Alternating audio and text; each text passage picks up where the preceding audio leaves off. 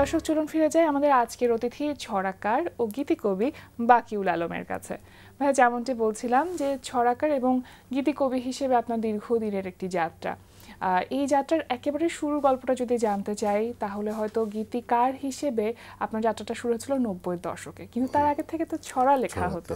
সেই সময়ের গল্প একটু জানতে চাইবো। আসলে ছড়ার প্রতি দুর্বলতা আমার একদম ছোটকাল থেকে। আমাদের সময় যখন ছোট ক্লাস থেকে 4-5-এ পড়ি, চয়নিকা নামে একটা বই ছিল। আচ্ছা। তো চয়নিকা দেখা গেছে আমি ক্লাস 4-এ পড়ি, কিন্তু 5-এর 6-এর চয়নিকা বইগুলোকে জোগাড় করে করে ছড়াগুলো সব মুখস্থ হয়ে থাকতো। তখন থেকেই ছড়ার প্রতি একটা অন্যরকম দুর্বলতা বা ভালো লাগা তৈরি হয়েছে। তো তখন দেখা গেছে যে আমি সমস্ত ছড়া আমার মুখস্থ। তারপরে যখন একটু বড় হলাম, পত্রিকার পাতায় যেমন কচিকাচার আসর, খেলাঘর, কচিকণ্ঠের আসর, এগুলোতে ছড়া পত্রিকায় ছাপা হতো। তো ওইগুলো পড়তাম, পড়ে পড়ে স্বপ্ন দেখতাম যে আমি কবে পত্রিকায় লিখবো। তো মেট্রিক পরীক্ষার পরে আমি যখন কলেজে গেলাম তখন তো একটু রাস্তাঘাট চিনতে শুরু করলাম। তখন আস্তে আস্তে পত্রিকায় লেখা দেওয়া শুরু করলাম। লেখা দেওয়ার পরে প্রথম লেখা ছাপা হলো নবারুণ নামে একটা পত্রিকা আছে, ওখানে খালেদা দীপ চৌধুরী কবি, উনি ওইটা সম্পাদিকা ছিলেন। তো খালেদা পাড়ি পত্রিকাতে আমার ফার্স্ট লেখা ছাপা হয় 1987 সালের ফেব্রুয়ারি মাস। বাবা, অনেক আগে। তখন আমার 17 বছর বয়স। তখন থেকেই শুরু লেখালেখি। এইটা যে শুরু হলো, তারপরে শিশু, কচিকাচার আসর, তারপর খেলাঘর, কচিকাচার আসর দাদা ভাই হাতে কলমে আমাদেরকে লেখা শিখাইছেন, ছড়া লেখা শিখাইছেন। দৈনিক বাংলায় আফলাতুন ভাই নামে একজন সম্পাদক ছিলেন, আফলাতুন ভাই অসাধারণ আমাদেরকে বসে বসে একদম ছন্দের কিভাবে কি করতে হয় একরকম মানে ধরতে গেলে আমাদের চাপ প্রয়োগ করে আমাদের উপর ছড়া আদায় করে কিভাবে ছড়া লিখতে হয় সেটা আপনি শিখেছেন। সেটা শিখেছি। তারপরে তখন আমরা সবচেয়ে বড় কথা, তখন আমরা সহযোগিতা পেয়েছি আমাদের সিনিয়র যারা আছেন, লুৎফর রিটন, আমিরুল ইসলাম, ওনাদের আসলাম শ্রেণী, খালেদ হোসেন, তো ওনাদের সহযোগিতা পাইছি। ওনাদের ছড়া পড়ছি, পরে আমাদের একটা সাহিত্য সভা হতো। তো সেই সাহিত্য সভাগুলোতে আমাদেরকে ছড়া লিখে নিয়ে যেতে হতো। বলে দিত যে 4 লাইন, যেমন আমাদের একটা প্রোগ্রাম ছিল খেলাঘর, ওইখানে মোনাজাতুদ্দিন সাংবাদিক, খুব প্রতিনিধিত্ব সাংবাদিক, উনি মারা গেছেন। উনি 4 লাইনের একটা ছড়া লিখে বলতেন কি ছড়াটা শেষ করে নিয়ে আসতে হবে, যে পারবে। ও তার সাথে হেদায়েত হোসেন মোর্শেদ নামে আরেকজন ছিলেন, মোর্শেদ ভাই ছিলেন। তারা দুজন মিলে 1000 টাকা করে, তখন 1000 টাকা অনেক, 1000 টাকা করে 2000 টাকার বই গিফট দিতেন। যার ছড়াটা সবচেয়ে সুন্দর হবে সে ওই বইটা পাবে 1000 টাকার বই। তো ওইটা লোভ হলে আমাদের প্রতিযোগিতার মতো ছড়া শিখতে বাধ্য হইতাম। তারপর ছড়ায় ঢুকে গেলাম।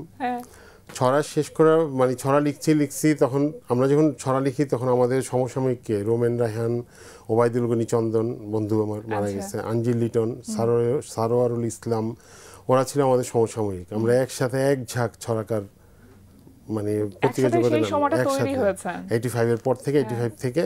তো আমাদের প্রতিযোগিতার মাধ্যমে সব পত্রিকায় ছড়া ছাপা হতো। জানতে চাইবো যে এই যে ছড়া লেখা থেকে পরবর্তীতে গান লেখা, এই বিষয়টা কিভাবে আসলো? যখন বড় হচ্ছি তখন তো তারুণ্য আসতেছে ভিতরে, ভাবলাম যে গান লিখতে হবে। তো একটা স্বপ্ন ছিল কি, আমি তপন চৌধুরীর খুব প্রচন্ড ভক্ত ছিলাম। তো মাঝে মাঝে স্বপ্ন দেখতাম যে 2-একটা গান লিখবো, তপনদাকে দিয়ে গাওয়াবো। তো একদিন ডন স্টুডিওতে আমার প্রণবদার সাথে পরিচয় হলো। প্রণবদা গান চাইলেন, তাকে 4টা গান দিলাম।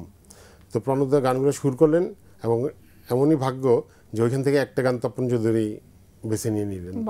তো তপন চৌধুরী প্রত্যাশাটা প্রথম গানই হয়ে গেছে, এবং সেই গানটা ভুলে যেতে পারি আমি যদি তুমি চাও। এই গানটা যখন মার্কেটে আসলো, ক্যাসেট বেরোয়নি, টিভিতে গানটা প্রচার হওয়ার পর মার্কেটে মানে আপনার তখন আমাদের হতো কি দোকানে ক্যাসেট রেকর্ড করে করে শুনতো। এই গানটা বাজারে নেমে গেল। তখন সারগাম করলো কি, এই একটা গান রেকর্ড ছিল আর বাকিগুলো নতুন অ্যালবামের কোনো গান নাই। তো তপন সুপার নামে পুরনো গান বাছাই করা কিছু গানের সাথে এই গানটাকে মার্কেট করতে বাধ্য হয়েছে। তারপরে এটা তুমি নীল আকাশ অ্যালবামে আসলো, এবং প্রথম গানই খুব সুন্দর, খুব আলোড়ন তৈরি করলো। তো প্রণবদা দেখলো যে আমাকে ডাকলো যে তুমি গান লিখতে পারবা, তুমি আমাকে সময় দাও। তখন কিন্তু আমাদের প্রণব ঘোষ ছিলেন খুব বিখ্যাত এবং খুব ব্যস্ততম একজন সুরকার। তো তখন প্রণবদাই আমাকে গান লেখা কিভাবে লিখতে হবে মাসুদ করিম ভাইয়ের কাছে পাঠাইলেন, যে তুমি গান লেখা শিখে আসো, মানে গান লিখবার যে গ্রামারটা সেটা তখন আপনি শিখলেন। তখন শিখলাম। তারপরে প্রণবদার হাতে সব বড় বড় শিল্পীদের কাজ, তপন চৌধুরী, তারপর রবি চৌধুরী, তারপরে ডলি সায়ন্তনী, সবার কাজ উনি করতেছেন। তো ওই করতেছেন মানে কি আমরা 4-5 জন গীতিকারই ঘুরে ফিরে প্রণবদের গানগুলো করতেছি। ওইখান থেকে আমার গানের প্রতি একটা নেশা। আর তার চেয়ে বড় কথা হলো কি, সন্ধ্যার পরে কোনো আড্ডায় না গিয়ে প্রণবদের বাসায় চলে যেতাম। একটা চমৎকার আড্ডা হইতো, সব শিল্পীরা আসতো, তাদের সাথে আড্ডা হইতো, আর পাশাপাশি গানটাও হইতো। এই যে প্রণবদার কথা কিন্তু বারবার আসছে আপনার কথা প্রসঙ্গে, তার মানে তার কাছে থাকা বা তার সান্নিধ্য পাওয়া আপনাকে আসলে একজন গীতিকবি হিসেবে তৈরি হতে অনেকটা হেল্প করেছে। একজন মিউজিক ডিরেক্টরের আসলে রোলটা কি থাকে এই যে একজন ভালো গীতিকার তৈরি করবার জন্য? আমার মতে একজন সুরকার বা মিউজিক ডিরেক্টর হলো একটা গানের মায়ের মতো।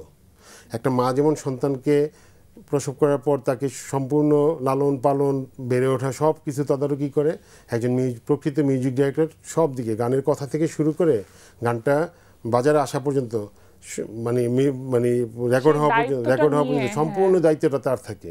তো তার যত বেশি মনোযোগ থাকবে, তার যতটুকু প্রতিভা খাটবে, গানটা তত বেশি স্ট্রং হয় হয়েছে আর কি। এবং প্রণবদার নেশাতে গান ছিল। উনি সারাদিন, ওনাকে আমি গান ছাড়া আর কিছু করতে দেখি নাই।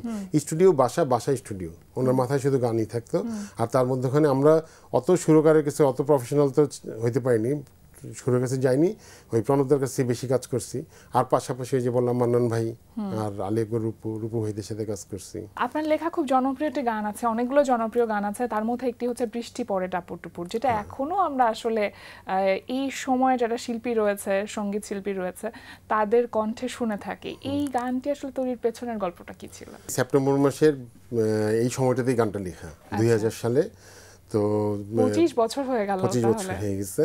2000 সালে একদিন সন্ধ্যার সময় মান্নান ভাই আমাকে ডাকলেন যে তোমার জন্য সেলিম চৌধুরী অপেক্ষা করতেছে, একটু আসো।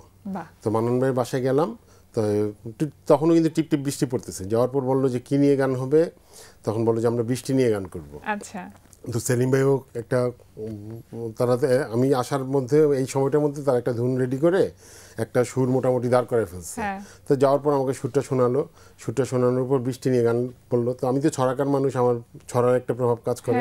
তো বৃষ্টি পড়ে টাপুর টুপুর দিয়ে শুরু করলাম। তারপরে সুরটার উপরে বসে সুরের উপর লিখে দিলাম বৃষ্টি পড়ে টাপুর টুপুর, পায়ে দিয়ে সোনার উপর আঁকা বাঁকা মেঠো পথে কোন রূপে সে হেঁটে যায়। তো লেখার পর মান্নান ভাই সুন্দর একটা সুরের মধ্যে ধরে নিলেন।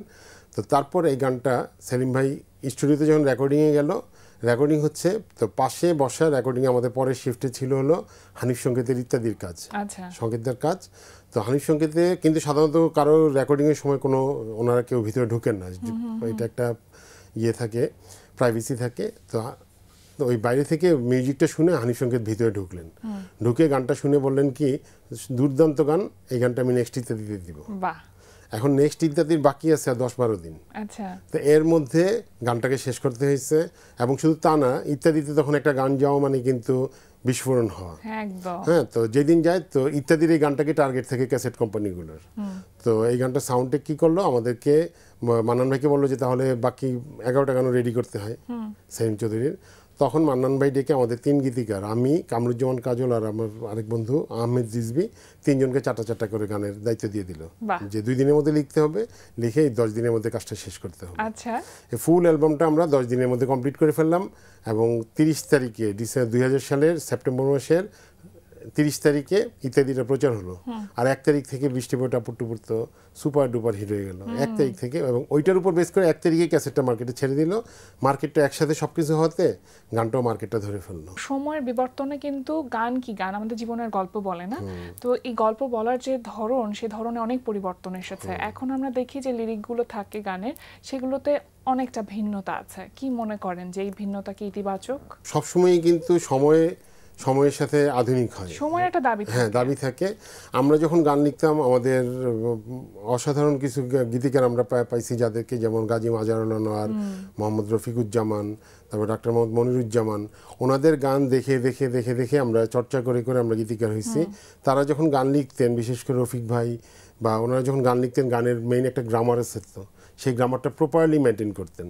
তো আমরা ওইখান থেকে মেনটেন করতে করতে কিন্তু আমরাও কিন্তু গ্রামারটাকে মেনটেন করে করে গানে, আমিও যখন গান লিখি আমি চেষ্টা করি যে আর কিছু না হোক, গানে 2টা জিনিস আমি মেনটেন করি। গানের মধ্যে একটা চমক থাকতে হবে, আর কারণ ভালোবাসার কথা যে কোনোভাবেই বলা যায়, কিন্তু আমি যদি একটু চমক দিয়ে একটা, যেমন আমার একটা গান আছে এই যে ডলি শান্তিনী গাইছে, যে ভুলের কারণে আছি আজ দুজনে মনের পৃথিবীর 2 প্রান্তে, সবটুকু ভুল জানি আমারই ছিল, তুমি কেন পারলে না ভুল ভাঙতে।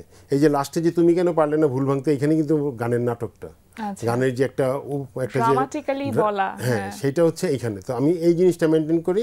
আরেকটা জিনিস মেনটেন করি, গ্রামারটা ছন্দটা ঠিক রাখতে, এইটুকু মেনটেন করি এবং আমরা ওই জিনিসটা পাইছি। তো পরবর্তীতে সেই গান ভাঙতে ভাঙতে ভাঙতে ভাঙতে আধুনিকতাতে আসতেছে। এখন একটু দুই রকমের গানই হচ্ছে, আপনার এই একদম গ্রামার মেনটেন করেও গান হচ্ছে, আবার আধুনিক গানও হচ্ছে।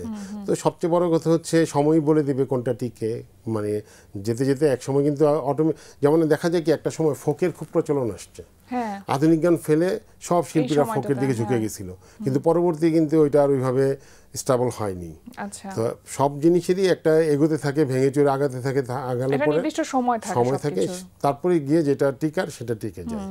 এই সময় আমরা কিন্তু অনেক শিল্পীকে বা অনেক গীতিকারকে দেখছি যে তারা কপিরাইট করছেন, কিন্তু কপিরাইটের আসলে নেগেটিভ কোনো প্রভাব আছে কিনা, কারণ কপিরাইট যদি আপনি একবার করে ফেললেন তারপরে পূর্তিতে গিয়ে অন্যান্য সঙ্গীত শিল্পীরা গাইতে গেলে সেটা তো কপিরাইট ধরে। তো সেই ক্ষেত্রে আসলে আপনার বিষয়টা কি? রিসেন্ট কিন্তু এটা হয়েছে, পাগল হোসেনের গান নিয়ে আমি দেখলাম কোনো চ্যানেলে গাওয়া যাচ্ছে না, তার গানের রিকোয়েস্ট আসলেও কেউ গাচ্ছে না।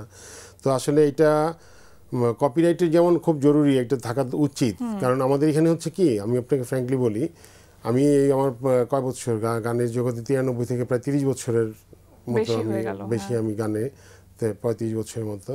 তো দেখছি কি যে গীতিকাররা শুরু থেকে আমি একটু অবহেলিত দেখে আসছি। মানে একটা গানটা যখন প্রথমে লিখে তখন গীতিকারে থাকে, তারপর যখন সুরকারের কাছে সুর করে তখন গানটা সুরকার হয়ে যায়, তারপর যখন শিল্পী গায় তখন দেখে আসছি গানটা অলমোস্ট শিল্পীর হয়ে গেছে। তো এই জিনিসগুলোতে আমরা আসলে তখন থেকে এটা নিয়ে প্রতিবাদ করতে করতে করতে করতে একটা জিনিস এসে দাঁড় করাইছি। তো সেই গানটাকে হচ্ছে এখন কপিরাইট, তো গানটাতে গীতিকারদের নামটা আসতো না তেমনভাবে, এবং প্রচুর, যেমন আমারই যত গান আছে বেশিরভাগ গানের মধ্যেই দেখা যাচ্ছে যে ইউটিউবে নাম ভুল বা নাম নাই বা নাই। তো আমার মনে হয় যে এই কপিরাইটের আইন থেকে একটা জিনিস হওয়া উচিত যে একটা গান গীতিকারের নাম ছাড়া, সুরকারের নাম ছাড়া প্রচার করা যাবে না। এইসব জিনিসগুলো যখন নাকি প্রপারলি এস্টাবলিশড হওয়ার জন্য কপিরাইটের দরকার আছে। গীতিকবি সংঘ, আপনাদের গীতিকারদের একটা সংগঠন আছে এবং সেখানে আপনি যুগ্ম সাধারণ সম্পাদক হিসেবে আছেন। মূলত আপনারা কি কাজ করছেন বা ভবিষ্যতে আপনাদের কোনো উদ্যোগ আছে কিনা? প্রথম কাজ হচ্ছে সমস্ত বাংলাদেশের যত গীতিকার আছে তাদেরকে একসাথে করা, একটা প্ল্যাটফর্মে দাঁড় করানো। তারপরে যে এতক্ষণ বললাম অধিকার, গীতিকারদের অধিকার নিয়ে এবং গীতিকারদের সাংগঠনিকভাবে গীতিকারদের যে অধিকার প্রতিষ্ঠা করাটাই হচ্ছে আমাদের প্রধান লক্ষ্য। তারপরে হচ্ছে ধরেন আমরা কয়েকটা কাজ হাতে নিচ্ছি, যে গীতিকবি সংঘ, যেমন এই আমরা আগে সাহিত্য বাসরের মতো একটা প্রোগ্রাম করি, সিনিয়র গীতিকারদের আনি, জুনিয়র গীতিকাররা সবাই থাকে, যারা নাকি প্রতিষ্ঠিত গীতিকবি তারা কিভাবে প্রতিষ্ঠা পেলেন সেই গল্পগুলো তাদের সাথে করে, কিভাবে গান লিখতে হয় সেই আলোচনাগুলো করলে কি হয়, নতুন গীতিকবি যারা আছে তারা সেটার উপরে দক্ষতা পাচ্ছে, অর্জন করতেছে এবং গানের লাইনটা খুঁজে পাচ্ছে। এই একটা জিনিস আমরা করি। আর হচ্ছে এই সমস্ত গীতিকারদের যে এই যে বললাম কপিরাইটের আওতায় আনা, আনা, এইগুলা বা টেলিভিশন রেডিওতে সিস্টেমের মধ্যে নিয়ে আসার জন্য একটা সংগঠন দাঁড় করানো। এটা 2020 সালের এই 24শে জুলাই এটা প্রতিষ্ঠা পাইছে, তখন থেকে চলতেছে আর কি। অনেক কথা জানলাম, অনেক ভালো লাগলো আপনার সাথে কথা বলে। একেবারে শেষের দিকে চলে এসেছি, আপনাকে অসংখ্য ধন্যবাদ আমাদের আয়োজনে আসবার জন্য। সবশেষে দর্শকদের উদ্দেশ্যে যদি আপনার কিছু বলবার থাকে। বাংলাভিশনকে আন্তরিকভাবে ধন্যবাদ আমাকে এই অনুষ্ঠানে আমন্ত্রণ জানানোর জন্য। আর দর্শকদের উদ্দেশ্যে বলবো, ভালো বাংলা গানের সাথে থাকেন, গানকে আরো সামনের দিকে এগিয়ে নিয়ে যান। প্রিয় দর্শক, এতক্ষণ কথা হচ্ছিল অতিথির সঙ্গে, এবার সময় হলো বিদায় নেবার। আমাদের অনুষ্ঠান সম্পর্কে আপনার যে কোনো মতামত ও পরামর্শ জানাতে লিখুন এই ঠিকানায়। প্রযোজক দিন প্রতিদিন, বাংলাভিশন, নূর টাওয়ার, 110 বীরোত্তম সি আর দত্ত রোড, ঢাকা 1205, ফোন 96320303 আমাদের ইমেইল অ্যাড্রেস dinprotidin@banglavision.tv। বিশ্বকবি রবীন্দ্রনাথ ঠাকুরের একটি উক্তি বলে বিদায় নেব আজ। তিনি বলেছেন, মনুষ্যত্বের শিক্ষাটাই চরম শিক্ষা, আর সমস্ত শিক্ষাই তার অধীন।